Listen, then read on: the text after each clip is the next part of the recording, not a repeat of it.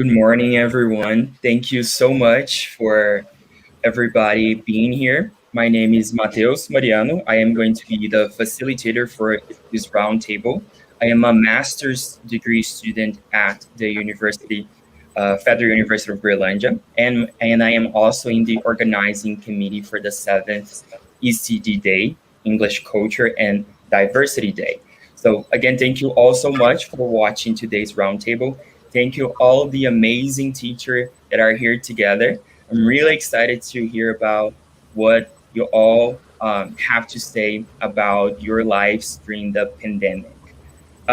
So what we have here four different English teachers from different countries, and let's start. Let's start with their introductions, okay? So Rosario, do you mind telling us like where you are from and what is your occupation? So then we can go doing like this. Everybody can see their names and their occupations and where you are from. Okay.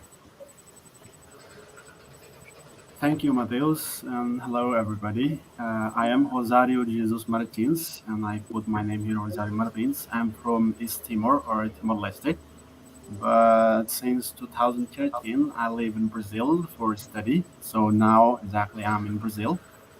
I'm a teacher, Portuguese and English.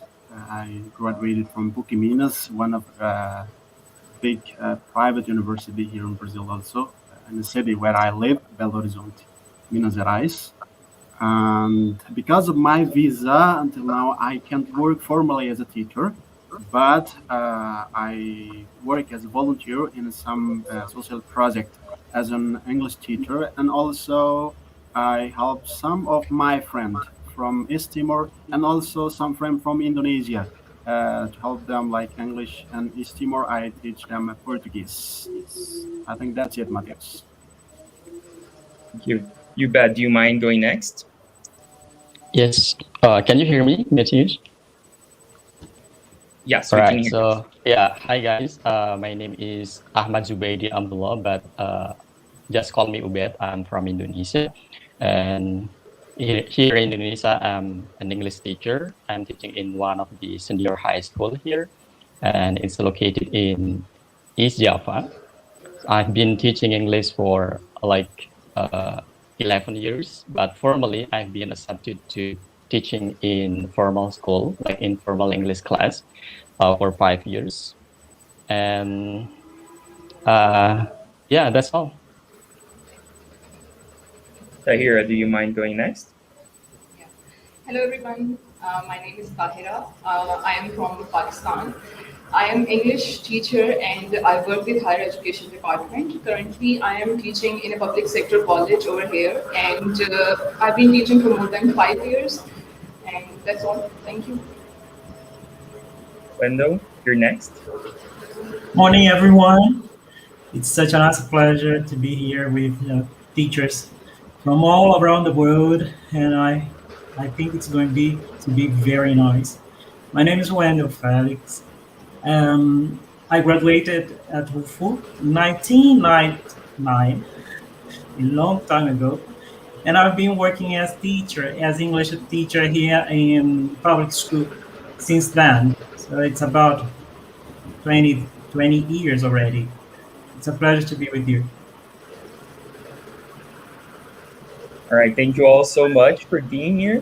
So during the pandemic, us English teachers, English teachers in general, to be honest, we have been drastically affected by the pandemic because we had to suddenly move our classes to an online environment, and that posed many challenges for us. I am sure, and I'm sure in our different countries, we had things that are specific to our personal contexts, right?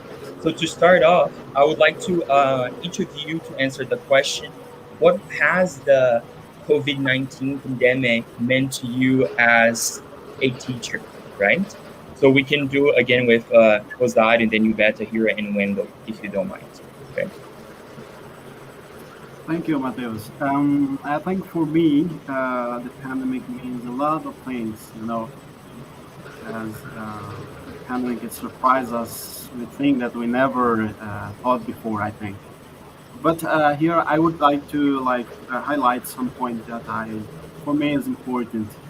And first of all, I think we can't ignore the bad luck that pandemic brought to us, uh, sadness, and also the pandemic took and still takes many lives, and also the pandemic also caused and still caused many losses for many people around the world. The second point I want to highlight is that the pandemic also, besides the bad thing that the pandemic brought to us, there also we see some positive point, I think.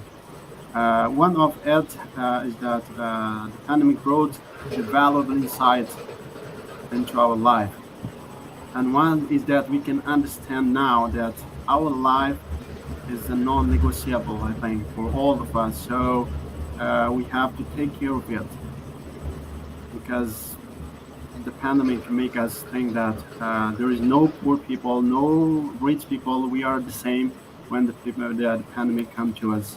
And the last point that for me, I think also is very interesting to think about, the pandemic also means a change, perseverance, solidarity, hope, and many positive points. And also the pandemic, I think, help us to know, to see the other side of our humanity, because during the pandemic we can see around the world the people help others, they always find a way how to help one each other. So I think that the pandemic for me meant a lot of things, and the teacher is a very challenge for me, you know in the beginning it was very difficult, but now I can say that uh, uh, okay, it's going still difficult, but now I adapted to the technology, especially. So now the classes is going, the activity, it's happened. Thank you, Rosario. So I'm not sure if Ubed can hear me. Are you there, Ubed? Yeah? Okay, but I think Ubed has some connection issues, so I'm going to go over to Tahira if you can answer the question. What has the COVID-19 pandemic meant to you as a teacher? Thank you, Matthews. First of all, obviously, it has been a massive challenge all over the globe, and I would like to take this opportunity to pray that all of us and our families remain safe and we survive this pandemic, and soon this pandemic is over. Definitely, it was a real challenge for the teachers, and I would like to start with the background of my country in order to make you understand how the situation was. Um, uh, my country is an underdeveloped country, so technology is not used that much frequently. It's our education system, especially talking about public sector colleges, it's not technology oriented. And we, at the time of pandemic, we didn't have any learning management system, and things were done manually. We didn't even have the contact of our students. We used to contact them through in-person classes, and there wasn't any such thing like mailing or email them, or obviously learning management system. So when the pandemic hit, so it was really a very big change for us how we need to adapt ourselves first as a teacher, because even as a teacher we were not that much familiar with the technology, and we have to learn to use the Zoom application in order to reach out to our students. So first we have to learn ourselves, and then we have to taught the same thing to our students as well. So the beginning months, they were very a sort of a trial for us, but still we somehow managed. We weren't used to these things, but we have to make ourselves used to and adapt to the new situation. And I won't say that we have dealt with it very successfully, but we have done some things in order to reach out to our student and cover their academic loss to the possible extent. And I think, obviously, what the first speaker said, that there is a lot of loss in terms of humanity and everything, but still it gave us many new lessons that how we still need to adapt, and how still we can, our education system can be backed up with technology, because this was an unpredictable pandemic, and we were not prepared for it. At least it has given us a lesson that how can we prepare ourselves for the coming crisis, any sort of crisis, so that we can emerge out of it successfully. Thank you. Thank you, Tahira. What about you, Wendel? What has the COVID-19 pandemic meant to you as a teacher? But before trying to answer that question, I would like to express my deep sorrow and feelings for all the loved ones that have been gone with this pandemic, and especially because of our leaders. And because of that, I start saying out Bolsonaro. I couldn't start saying without saying that. Um, I bring here some ideas and I would like to share some thoughts that are not only mine, but has been built on uh, all those months with my colleagues and, and partners at schools. Um, much of what I'm going to say here, it's based on what we've been passing through all these months. So um, I would start saying that to start talking about public education, we must start talking about public health system. And it's very important to say that for many years, Brazilian people used to think that it was only related to hospitals. And then with the pandemic, we see that we are nothing without the public system we have here. And thanks for that, we have we could cope with that better. Yeah. And I'm saying that because all the interventions taken by public system, it's related, or it goes straight to our field, that is public education. So everything we have done until now is based on what we believe. And thanks for SUS, thanks for everyone that works in the hospitals, doctors, nurses, physiotherapists, and first and above all, I think we just start seeing this too different now, because we now see that um, our system that is called SUS, it's more than hospitals, it's science, it's research, and because of that, many of us are alive. Yeah, and it has an impact on our lives and all on our professional lives. Yeah. So when we talk about the pandemic on education, it's very hard to say that in the beginning it was a mess. We didn't know what to do. When COVID-19 started in Greenlandia about March of last year, all the schools were closed, and we stopped about a month just to think and to process that idea, what we should do after that.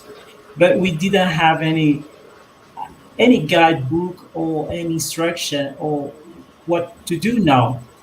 Then, as teachers, I think our one of our uh, biggest skills we have is being creative. So we, as teachers, we just jumped and adapted according to we know already.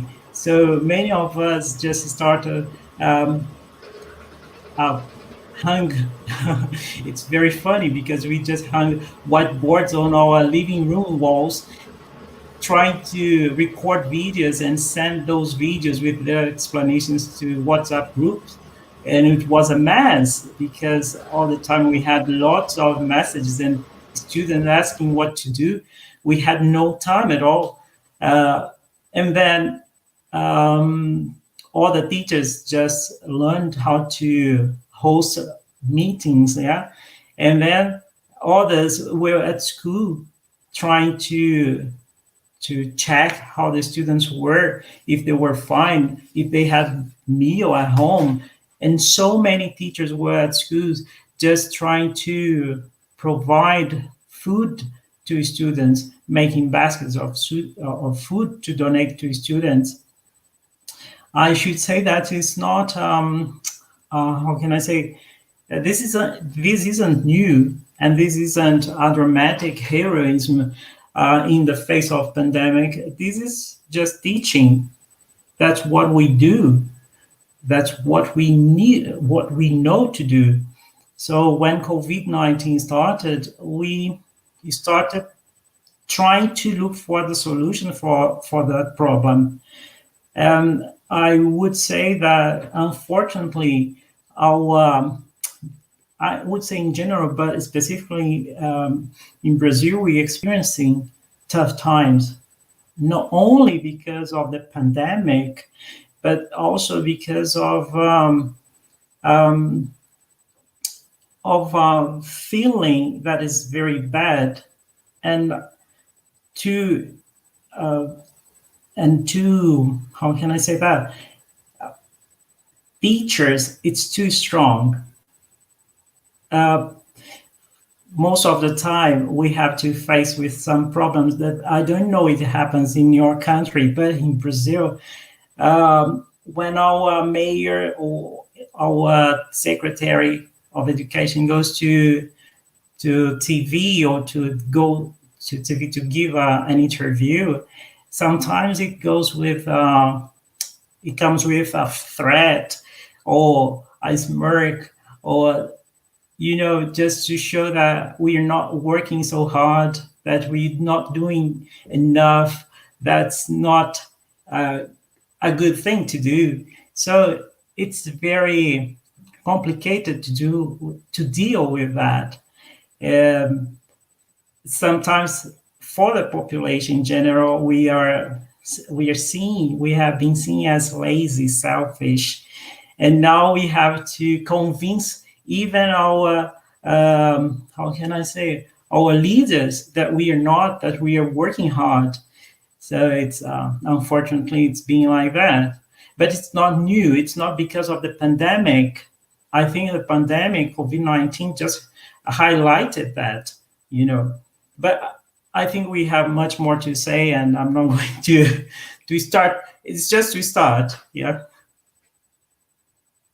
Thank you so much, Wendel, for a very detailed answer about what's happening in Brazil. I think that's very important, especially for our fellow participants at this table. So now I would like to move on to Ubed. He had a connection issue, but he's back.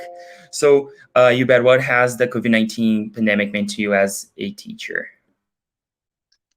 Okay, thank you so much, Mateus. Can you hear me? Okay. All right. I'm sorry for the inconvenience because of the connection problem. So, first of all, when the first case of COVID-19 has been detected in our country, it was like really hit in all sectors of in the country, including the education. But as we move on, we think that it's getting better and better. Our main challenge at the time was like the utilization of technology, the access of internet, and also other supporting facilities for students, and also the teachers that really affect the students, such as like learning loss, digital divide, and so on. But when it went on, I felt that COVID-19 also has like opened the door of new opportunity for teachers and also students to develop themselves. Like there are a lot of opportunities for students to like develop their talents and also to channel their skills. Like there are a lot of webinars that we can participate in at the time, and it can be like a momentum for the teachers who really want to learn, and also the students who really want to take the lesson or take the school or education seriously. So I feel that when I saw my students, they become passive at the start, but when they can adapt to this new normal system, they can be more productive. They join several competitions, and also they join several international activities or programs and something like that. So in this way, they can find their own freedom of learning. So they can like uh, like they can manage their own pace to learn, and they are not only relying the sources from the schools, but also they can channel their talents and also find some other sources from the other outside of the class. And we can also become we as the teachers become also aware how important like the mental health of the students.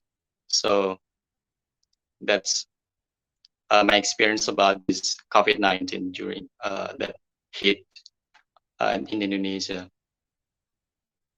Thank you so much, Ubed. Before I ask the next question, I would like to ask or to check if any of you would like to comment on your, the participants' answers, or would you like to add anything else to your answers, or can we move on to the following question? Yeah. So I'm gonna move on. Okay.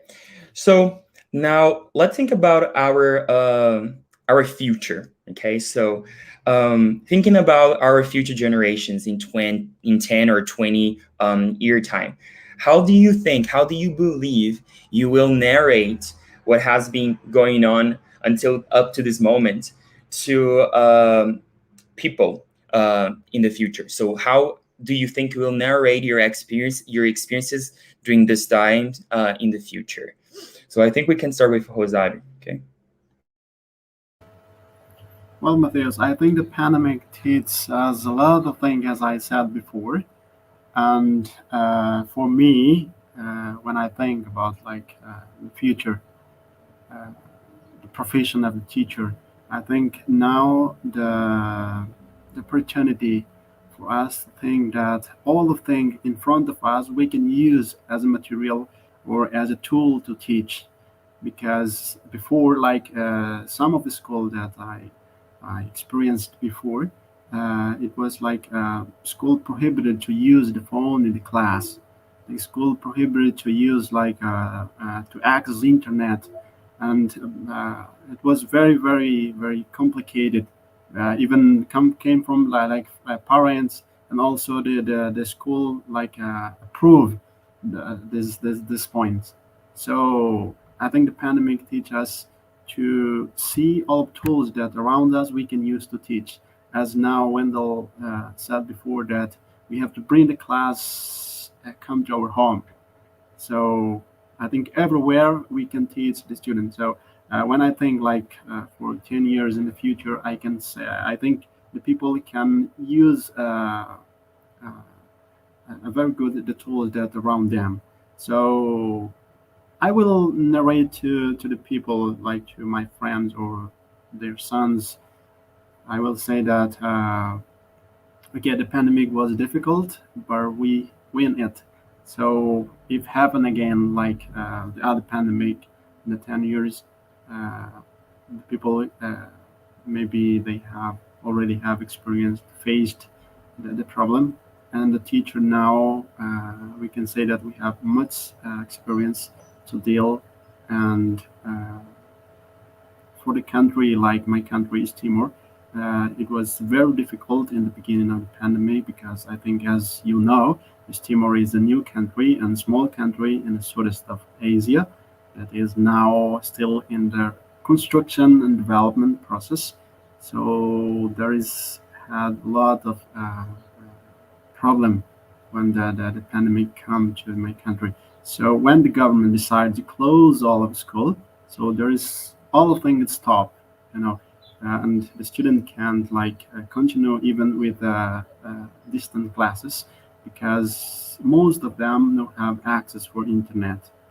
because so I told it because my brother, he I always have contact with him and other friend of teachers, and also the friends that for a long time they asked me to learn Portuguese also before we had a problem to access for internet. So now I mean. With the pandemic, I can learn, I can take a course to give them a class about Portuguese and English. And I can say that like maybe in 10 years, we have a lot to think, I mean, and we can use more uh, tools because now also we learn to use the apps, a lot of apps. So maybe the people create more and more the tools for teaching as a teacher. And I think the main thing that I will say to the people in the 10 years, I will say that the pandemic was difficult, but we win it. So when come again the problem like that, we will win it with facility, you know. Thank you so much, Rosario. Yes, I think it's very important when we, in the future, when we look back at these tough times, it's definitely going to be very difficult because I'm sure you all probably lost someone close, or somebody that has lost somebody that is close. So it's very tough because indeed a lot of people, have passed away during the, a year and a half almost, right, because of the virus, but not only because of the virus. And like Wendel said greatly, right, that are, there's lack of public policies, right? Our politicians, people that are in those positions, they're also responsible for controlling, and making sure that we can, move on past this, very difficult moment the best way possible, and that sometimes doesn't really happen. And before I move on to Tahira, I would just like to talk about technology, because you are from East Timor, but you are in Brazil right now, right? And I'm not sure if it's the same in Indonesia and Pakistan and other countries, but it's important to note, to say that there is a big gap in Brazil when it comes to inequality, right? So although technology can be great and can be a great resource for many people, sometimes that's not available the best way possible for everybody, right? So those who do not have the best access to technology when it comes to education, they suffer the consequences of that, which is also something important to note, right? But we do in Uberlândia, and Wendel can talk more about that. We have other strategies to support those who may not have access to internet or other types of technologies.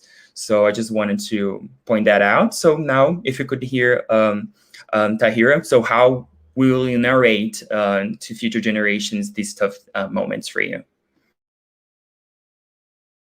It would be, it was a real testing time, and it has impacted us at very different levels, at personal level, at professional level, at the level of our country, and impacted to a level that it's difficult even to put it in words. But first, obviously, I would say that it has given us the opportunity to understand what we were not used to. We understand the value of human life and human connection, how it is important to remain connected. You can lose your loved ones at any time, and it's very important to keep that bond intact in your life. Second thing would be, it gave us, it started, I feel that this whole pandemic started with fear, and then it gradually led towards faith and hope, which is like a positive shift in the people. At least I experienced this shift. Initially in Pakistan, in my country, there was this fear, there was lockdown, everything was closed, and we never know that we are going to survive or we are going to make it. But then gradually we emerged out of this crisis, learning about health, learning about how we can make ourselves safe through vaccine. So this has been a journey that has taught us many things at many different levels. And I think it has pointed out the lackings in our system, whether it be our educational system or, as Mateus pointed out, that it's our public policy or whatever the hopes we have from our politicians or what things they are not able to do, all of us in different categories. So we can look into that flaws or laggings and build ourselves better professionally and as a country. And secondly, also I feel like, as Rosario mentioned, that it has provided us with a lot of options for the teachers to explore. Like I was used to in-person teaching, so obviously shift towards online classes wasn't a convenient one. And this was, and the people in my country, teachers and professors who are above 50, it was a real challenge because compared to us, they were even less oriented with the technology. So, but with the passage of time, we were able to explore things that we were reluctant to in the beginning. And I think this is one a positive thing that we can take out of the pandemic, that there are always, even at the time, challenging times, there must be some opportunities that you can make use of and build on those opportunities and deliver something. Nonetheless, it is a challenging time. And this you we come to somehow discover our hidden potential that we would never have explored in normal times, and which is again a positive thing. And I would like to conclude one more thing over here, which I think I experienced as a teacher was because I teach in public sector colleges, and there is this stereotyping about teacher that I guess Wendel mentioned, that we are not delivering that much and we are not working hard. They were like, oh, you are resting in your home and you are not taking online classes. You are not taking them seriously. You are at your place and as you are having a chill time or something like that. So they were suspicious of us that we were not using this online teaching effectively. I think this should not be the case. Government should try to promote and encourage their teachers at this time. And along with the stereotyping, this was one thing that I experienced what doesn't have a positive impact on all of teachers. And one more thing was obviously the importance of mental health. I was never that much connected with my students before the pandemic because we don't know their personal problem. Students come to class, you give there's lecture, discussion on the lecture, and that's over. But when you shift towards online classes, we have to see, because most of the students in my college, they were from underprivileged backgrounds, so they don't have like a personal mobile phone or a laptop, so they have like their parents' mobile phone, and we really need to think about all these things when we are planning our lectures, that how we are going to reach out to those students who cannot attend the online classes because they cannot afford internet packages and things like that. So it definitely strengthened the bond between the teachers and student as well. So this is like my experience. I think it has been, like I mentioned before, a journey starting with fear and then gradually developing into faith and hope. Thank you. Thank you so much, Tahira. So what about you, Wendel? So how will you narrate these experiences in the future?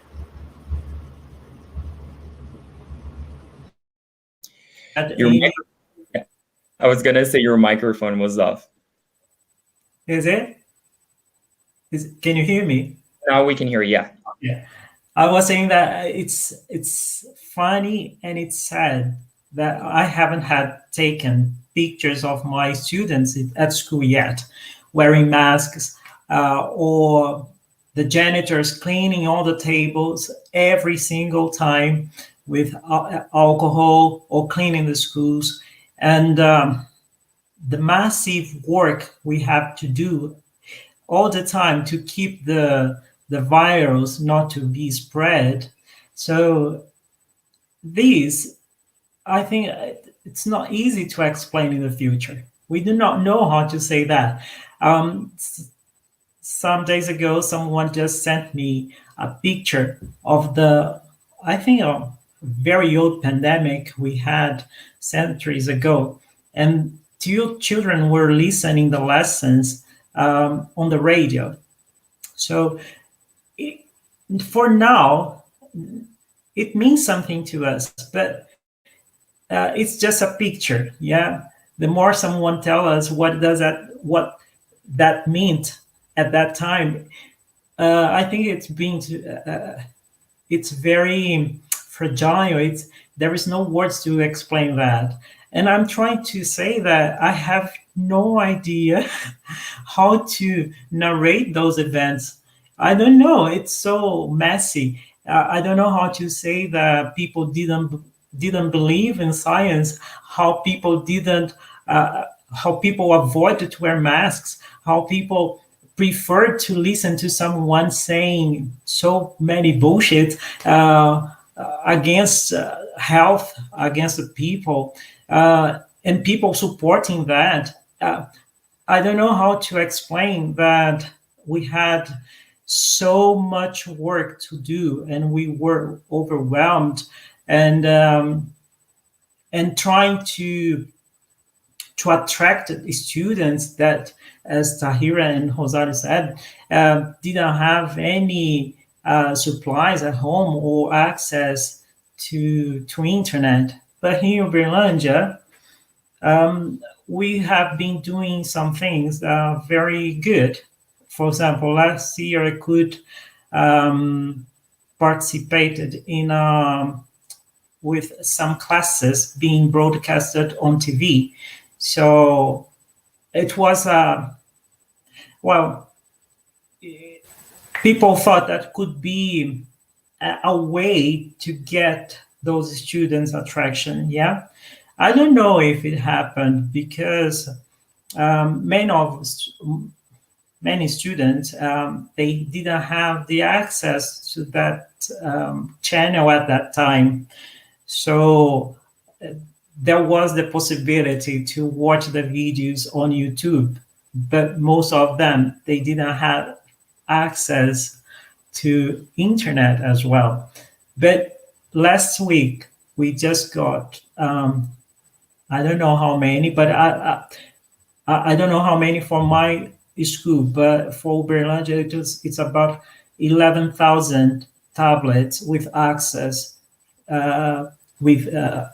to internet. So it's a lot, but it's a well. I could say that's a little bit late. It's not. I'm not saying that's not good, but it's quite late. It's about I don't know 1 year and a half without that, and now the students have the access, but they're not. They didn't get it yet. They are receiving it.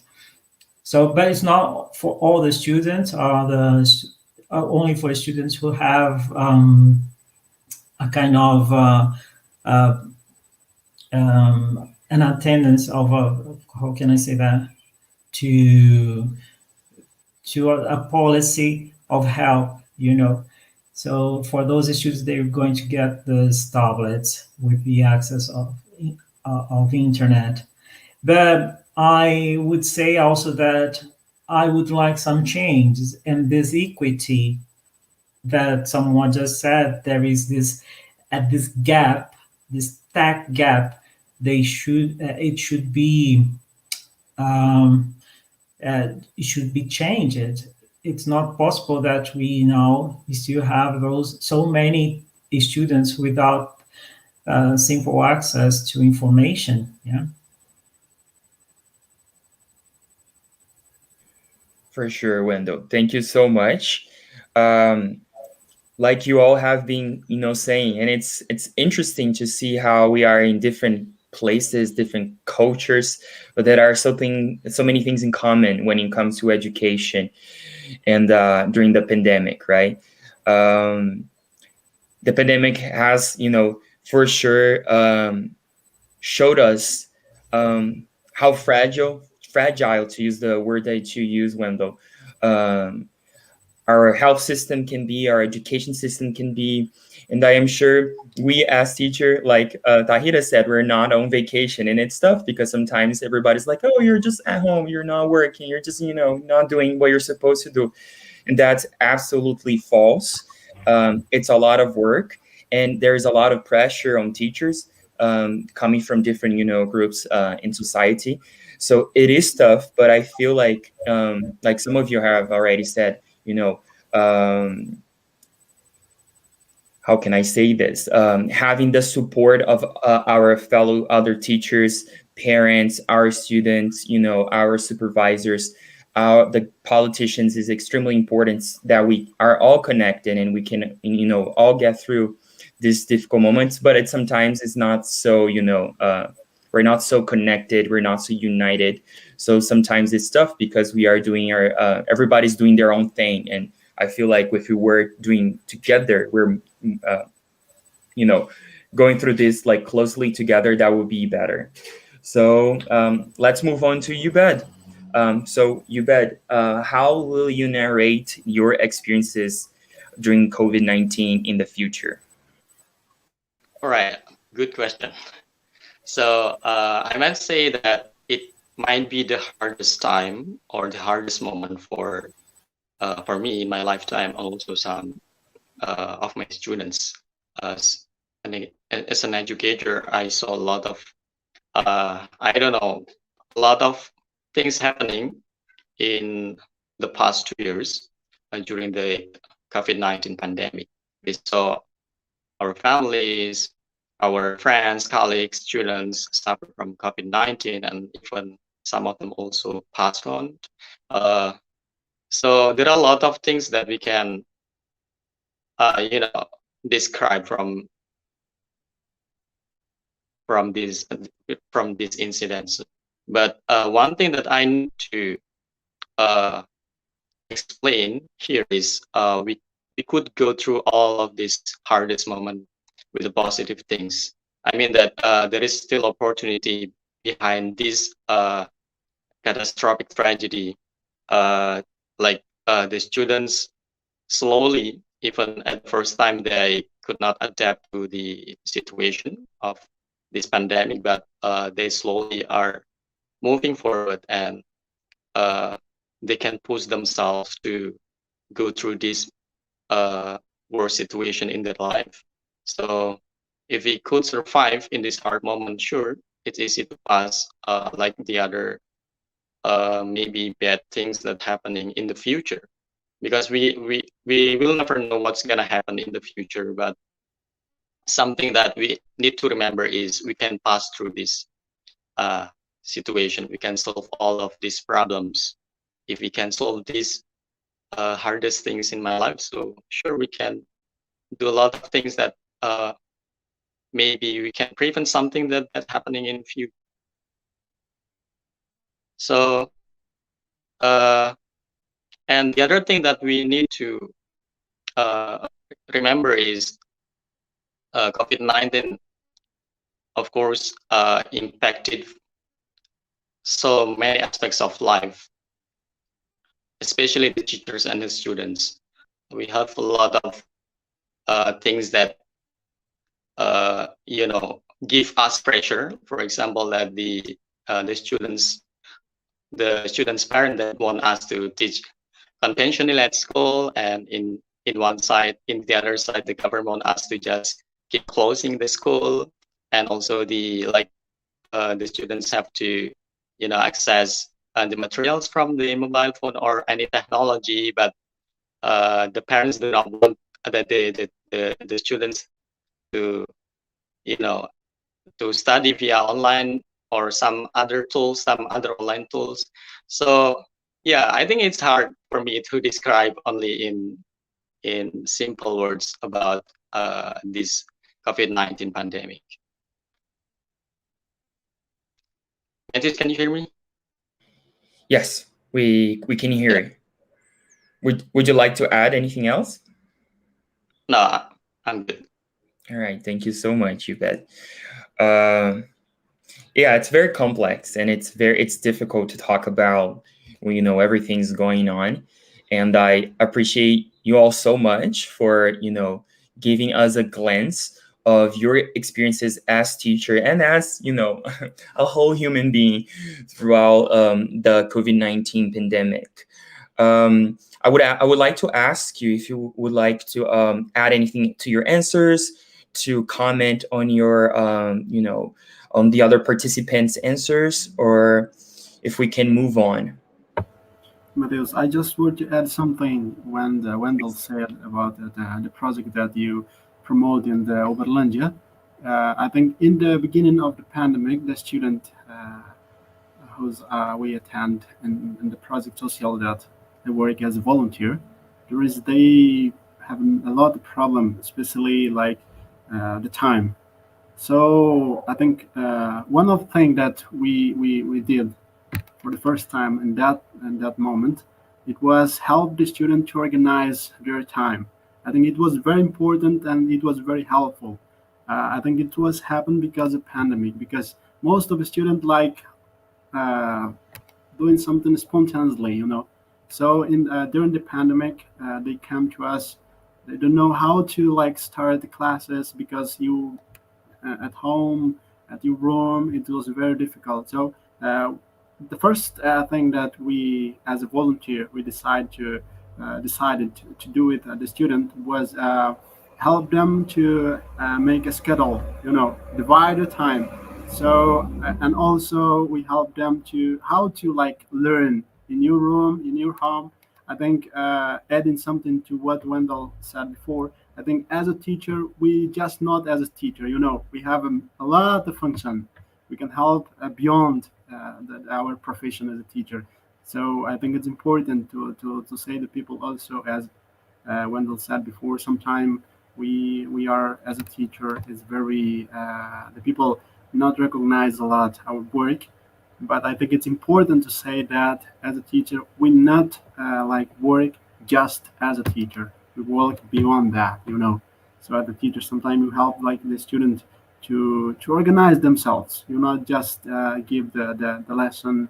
You just there for teach them like grammar or vocabulary, but also you give them the other important point. So when the Wendell said about the project that you did, it came to my mind. The first thing that we as a volunteer we took to discuss with our student, it was like help them to organize the time because everybody was lost, you know. uh, they can know how to start and how to like maintain their time of study. So I just want to point out that as a teacher, uh, I'm very happy to be a teacher, you know, because it was a good experience, I think, during the pandemic for me. That's fantastic, Rosado. Thank you so much. For sure, as we can see, we saw some comments from the viewers were on the screen, and it's connect to what we have been saying of how much our personal and professional lives, became almost like one thing, and our phones are, we're basically 24 hours working because we have to be all the time online, and we have to make sure our students are receiving whatever we are planning. And in Brazil, I think it's important to say that during the pandemic, the dropout rates from our schools, mainly the public schools, had increased a lot, right? Because of the situation. So that's really sad. But like maybe simple strategies can be like a way so that we can organize ourselves, the students can organize themselves, and that we can move on past these difficult times, right? Our time is almost up. So I would just like to go around one more time with all of you. Just, and if you would like to say anything, comment on each other's answers, that's okay. We don't have a lot of time, but I would just like to hear all of you one last time before we finish today's roundtable with our English teachers. Okay, so can we start with Tahira? Discussion with the acknowledgement and appreciation for teachers all over the world, because at this time of pandemic we cannot put ourselves weak in front of our student despite whatever personal traumas we were going through, and at this time of pandemic, and teachers have proved themselves to be the role model at this time, that they have stayed optimistic and they have tried to deliver, and this should be acknowledged and appreciated. Thank you. Thank you so much, Tahira. What about you, Ubed, and then Wendel? Oh, okay. So last words that I'm gonna say, especially for my students, that and all the people here, I think every cloud has a silver lining, so everything will come to an end. So sure that we are experiencing hard times today, but we go through this situation together. So I'm sure that after this pandemic, this generation, we and also the students will become the strongest generation in the future. So just keep and stay strong. Thank you so much. Wendel?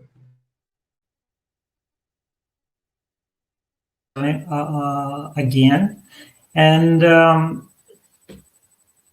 inviting you to think a little bit more about the importance of having peace of mind. You know, we as teachers, we are overloaded, so we have to think a little bit more and I think not to think or meditate, but pray to accept things that cannot be changed. You know, and there is a verse, I don't know if it's a prayer or something like that, but also courage to change the ones that can be changed. Yeah, and wisdom to distinguish those one from to distinguish one from those that cannot be changed and the ones that can be changed. Yeah, I'm just saying that because with the end of this pandemic, the feeling I have is only gratitude for everything we have passed, but we're still alive. So it's time to be grateful, and even for those who have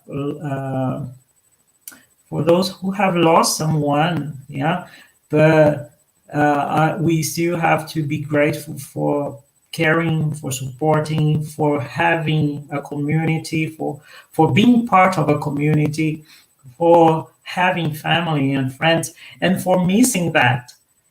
Yeah, we're missing so much hugs and kisses and being together, or for doing nothing, just to go outside and have a drink or eating. Yeah, so we have, I think this pandemic just show us the importance of small things. And of course, we have all the benefits like this one. This moment is going to be eternal because I've never thought in my life to be in this round table talking and discussing about public education with people who I've never seen before. So gratitude. Thank you so much, Wendel, for your inspiring words. So, Rosario, can we hear your final words? Yes, Mateus. First of all, thank you so much again for your invitation and the people who organized this event. I think it was very, very good to share experience with you. But I just want to say that as a teacher, don't worry if the people not yet recognize your work, but remember that you are important because everything happened. It's come from you, from me, from all of us as a teacher, because there is a president because have a teacher, you know. So don't worry if the people not yet recognize your work. So work and be happy with what you have, and be creative, as we discussed before. That the pandemic teach us to see the world in the other point of view, and also we can use all of tools around us to promote our work. So, teacher, let's like promote more and more our work as a teacher. Thank you, Mateus. All right. Thank you so much, Rosario, Ubed, Wendel, Tahira. It has been a great pleasure to hear you. Thank you so much for everyone who's watching this roundtable. We're going to have a full day with many different roundtables with different groups. The next one is going to be the roundtable's name is a matter of seniority, and it's going to be with elderly people. So I hope in just 5-10 minutes, so just stick around, that the next roundtable is around the corner. I just want to say that it's very emotional in a way to be here, because especially Tahira and Ubed, I met them when I was a Fulbright a foreign language teaching assistant at the University of Georgia in the United States. And the ACD Day was created by Fulbright English language assistants. So it's very nice to have, fellow alumni at this table. I don't personally know Wendel, but I was very moved by his words. And although very, how can I say, critical point of view, he was also very, he left like a note of hope, hope. And I think that's very important so that we can always move on. And Rosario, he's in Brazil right now, but he's from East Timor. And I met him at UFMG. So I believe you are in Belo Horizonte right now, Rosario, is that right? Yeah, and I enjoyed it, and we had some classes together, and I enjoyed all the discussions we had together a couple of years ago, like 2 years ago, I think. So I guess that's it. Thank you so much. Make sure to follow us, everyone, on our Instagram page. Our user there is ECD Day, UFU, UFU. We are posting some other, comments and videos from other people from other places talking about their experiences doing COVID-19. So stick around, because in 5 minutes, we're going to have another roundtable. Okay, so thank you all so much for being here. Thank you, Rosario, Ubed, Wendel, Tahira. I hope we can have another moment like this soon. Okay, bye-bye.